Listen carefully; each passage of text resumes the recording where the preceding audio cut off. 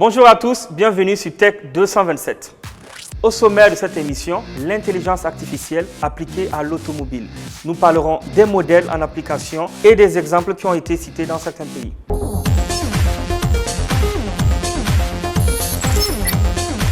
Comme annoncé dans le sommaire, nous allons parler d'intelligence artificielle et d'automobile. Intelligence artificielle, que devons-nous comprendre par ce terme, également aussi appelé IA? Les éléments de réponse dans cette courte vidéo. L'intelligence artificielle, ou IA, c'est une technique qui permet aussi bien à un robot qu'à une voiture, un moteur de recherche ou même à un téléphone d'exécuter des tâches habituellement réalisées par les humains. Par exemple, une voiture autonome sera capable de repérer et différencier les objets sur la route. Un moteur de recherche analysera le sens de ta demande et même ton téléphone pourra tenir une conversation. Attends, une voiture autonome et un téléphone, c'est pas la même chose? Non, mais tous les deux intègrent des systèmes informatiques. Ils sont conçus pour trier, traiter et stocker des tas d'informations. Et ces systèmes fonctionnent à l'aide d'outils bien pratiques. Ce sont les algorithmes. Un algorithme, c'est un peu comme une recette de cuisine. Au départ, tu as des ingrédients. Si tu suis bien les instructions de la recette, au final, tu arrives à un résultat, ici des crêpes. Un algorithme, c'est la même chose. Les ingrédients sont des données brutes, et après avoir appliqué l'algorithme, c'est-à-dire une suite d'instructions bien précises, on obtient un résultat. Oula, je vais avoir besoin d'un exemple, moi.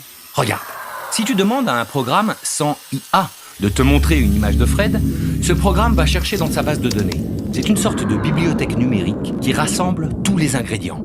Ici, les images et les informations qui leur sont associées. Si le programme trouve une image associée au nom de Fred, il pourra répondre à ta demande. Par contre, s'il tombe sur une photo sans l'étiquette Fred, alors le programme ne te la montrera pas. Avec un seul ingrédient manquant, pas de recette possible. L'algorithme n'est pas capable de reconnaître Fred.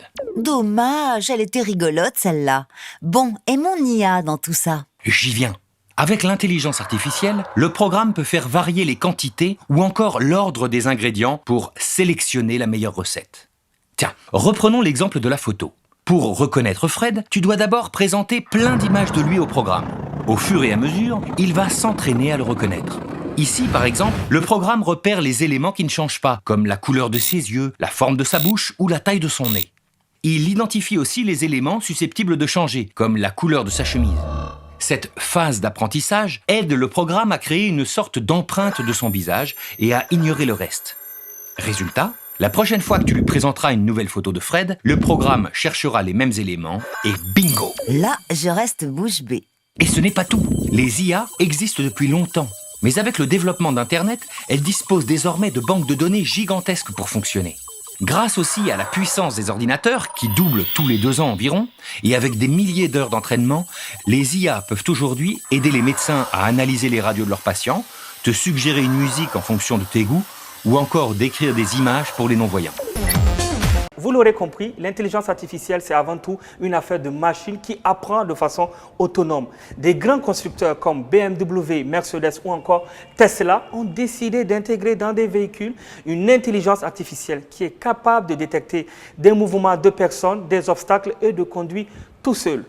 Et oui, l'intelligence artificielle, ce n'est pas seulement en Europe ou en Amérique du Nord, c'est aussi en Afrique, avec l'ouverture au mois d'avril de cette année du premier laboratoire de recherche en intelligence artificielle dirigé par le docteur Moustapha Cissé. Moustapha Cissé, qui est un grand chercheur dans le domaine du e-learning et aussi un haut cadre de Google. L'objectif principal de ce centre de recherche sur l'IA, ouvert en avril à Accra, est de réfléchir et de proposer des solutions sur les réalités africaines, notamment l'agriculture. L'agriculture, aujourd'hui, on le sait, qui est le principal revenu financier de nos États africains.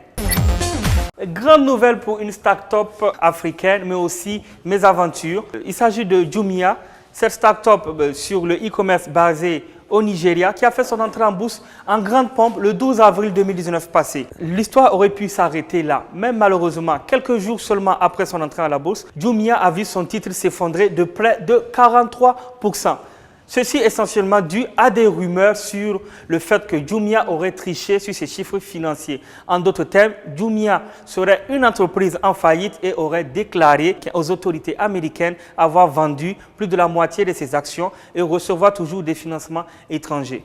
Bad buzz Mauvaise info, fake news, le mal était déjà fait. 43% de titres en moins en espace d'une semaine. L'aventure américaine pour Jumia s'annonce très compliquée. Si vous vivez dans ce siècle, vous n'avez forcément pas échappé au phénomène WhatsApp. 1,5 milliard d'utilisateurs dans le monde. Seulement voilà, WhatsApp a été victime d'une faille informatique qui a permis l'installation sur plusieurs téléphones d'un logiciel espion. Logiciel qui a permis d'écouter, d'avoir accès par exemple à des photos et autres contenus multimédia de n'importe quel téléphone dans le monde où l'application était installée. Cette information a été révélée par un magazine américain, le Financial Times, qui apporte des informations comme quoi le groupe de hackers serait un groupe israélien baptisé NSO. Depuis, Facebook, propriétaire de WhatsApp, a apporté des correctifs de sécurité. Il vous suffit tout simplement de procéder à la mise à jour de votre application pour être entre guillemets en sécurité.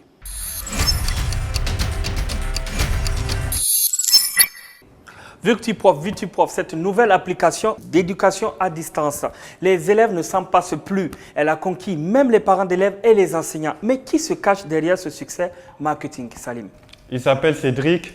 Et c'est lui qui est à la base de VirtuProf. VirtuProf est une application de soutien scolaire qui fait parler d'elle depuis janvier 2019. VirtuProf met à votre disposition des enseignants qualifiés, des milliers de QCM, des notes de cours, des leçons et même des exercices et des supports de cours. C'est téléchargeable sur les plateformes habituelles, c'est-à-dire si j'ai un Android, si j'ai un iOS, un iPhone, ça passe, c'est bien ça? Effectivement, VirtuProf est disponible à partir de Play Store, un téléphone Android, et de iOS à partir d'un iPhone, mais il existe aussi le site web disponible. Comment est-ce que VirtuProf met en relation ses utilisateurs avec les enseignants, les profs et tout ça? Comment ça marche, Salim? Alors, pour utiliser VirtuProf, vous avez deux manières. La manière courante où il faut passer par l'application à travers la création d'un compte. Et vous pouvez notamment choisir votre filière si vous êtes au secondaire ou lycée ou au collège. Et en fonction de ça, vous choisissez une assistante dans une matière ou quelque chose. Contrairement à toutes les applications qui utilisent Internet, VirtuProf a su se faire démarquer en prenant en compte la faible couverture de l'Internet au Niger. C'est pourquoi VirtuProf a mis en place un support via le téléphone portable ou SMS à partir d'un numéro. Salim, vous voulez nous parler de notre application Mobizen, c'est bien ça, si je ne me trompe pas? Oui, tout à fait. Mobizen est actuellement l'application la plus utilisée et très célèbre parce qu'elle est utilisée par des gamers pour faire des tutos, soit d'applications mobiles ou pour visualiser des jeux en ligne. Alors, Mobizen est un enregistreur d'écran, il est utilisé par les célèbres créateurs de vidéos chaque jour avec plus de 900 000 vidéos qui sont créées à travers Mobizen. Mobizen vous permet d'enregistrer des jeux vidéo, des applications, éditer vos vidéos et de faire des créateurs du web. L'application a à son actif plus de 50 millions de téléchargements. Wow, c'est super cela. Une troisième application à découvrir avec vous? Oui, avec les multiples applications qu'il y a de scannage, je me suis intéressé à CamScanner qui est actuellement le numéro 1 au monde de tout ce qui est numérisation de documents. Avec CamScanner, transformez votre smartphone en un scanner qui a un recadrage intelligent et une amélioration automatique rendant vos textes et vos graphiques très jolis.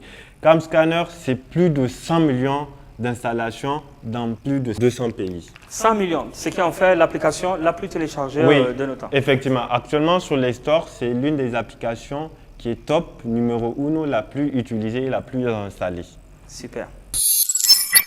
Parlons maintenant des jeux qui sont téléchargeables sur téléphone ou tablette. Vous avez forcément utilisé des jeux comme Fortnite, comme Candy Crush qui vous permet de passer du temps lorsque vous êtes en voiture ou dans un endroit où vous faites la queue, chez le médecin ou dans une administration. Mais ce qu'on aimerait savoir, c'est comment, Salim, aujourd'hui, ces jeux permettent de gagner de l'argent. Vu que le téléchargement, si on comprend bien, il est gratuit. C'est bien ça? Je pense que vous avez joué à des jeux comme Candy Crush, Clash of Clans. Ces jeux sont basés sur un modèle économique très simple. Ça vous rend addict. Et chaque jour, vous avez envie de jouer et de passer à un niveau supérieur chaque instant. Alors, le modèle économique, il est comme suit. Par jour ou par heure, vous avez un certain nombre de niveaux limités. Maintenant, pour aller très vite, comme c'est des jeux qui se font généralement en ligne à travers une communauté, pour aller très vite, on vous dit de payer soit 1 euro ou 2 euros qui vous paraît dérisoire. Et vous conviendrez avec moi aujourd'hui, si on a 1 million de téléchargements, et ces 1 million de personnes payent en moyenne 1 euro par jour, cela fait un chiffre d'affaires journalier de 1 million de téléchargements, c'est-à-dire qui équivaut à 1 million d'euros par jour. 1 million d'euros, ce qui fait en CFA environ plus de 650 millions de CFA. Par exemple, moi, je suis très Candy Crush. Ça veut dire que voilà, je joue tout le temps. Et effectivement, j'ai remarqué qu'à partir de certain moment, je ne pouvais plus avancer rapidement. Je devais attendre un certain nombre d'heures. Et il y a cette tentation-là de payer une toute petite somme, comme vous le dites, pour avancer dans le jeu et puis avoir beaucoup plus de bonus. De plus que je suis classé par rapport à mes amis sur les réseaux sociaux. Et un classement par rapport à la communauté à laquelle j'appartiens. Il y a toujours cette envie d'être le premier, d'être celui qui a plus de bonus, celui qui a plus de points et tout et tout. Donc c'est sur ça, et je jouerai sur ça, sur notre addiction. C'est vraiment un business model qui est basé à 100% sur le fait qu'on soit accro aux jeux vidéo, c'est ça. Donc le modèle économique ne repose que sur cela, c'est bien ça? Officiellement, non. Le modèle économique, généralement, pour ces jeux gratuits, c'est à travers des pubs pop-up, quand vous jouez, vous voyez souvent des pubs de 3 secondes qui passent, et c'est avec ça qu'ils rentabilisent. Mais officieusement, cela ne se dit pas. Ça vous rend addict en fait. Plus vous jouez, plus vous passez de niveau, plus vous avez envie d'aller plus loin, aller très vite, parce que, comme je vous disais, c'est des battles qui se font en ligne. Vous avez toujours envie de dépasser votre communauté. Donc, officieusement, il y a ce petit montant-là qu'on paye à partir de 1 euro, voire 2 euros, pour aller très vite, de bloquer certains niveaux. Et c'est ça qui rentabilise ces jeux aujourd'hui. Ok, nous avons bien compris. Ça ne se crie pas sur tous les toits, ce type de business model. Enchaînons, Salim, avec votre prochaine rubrique.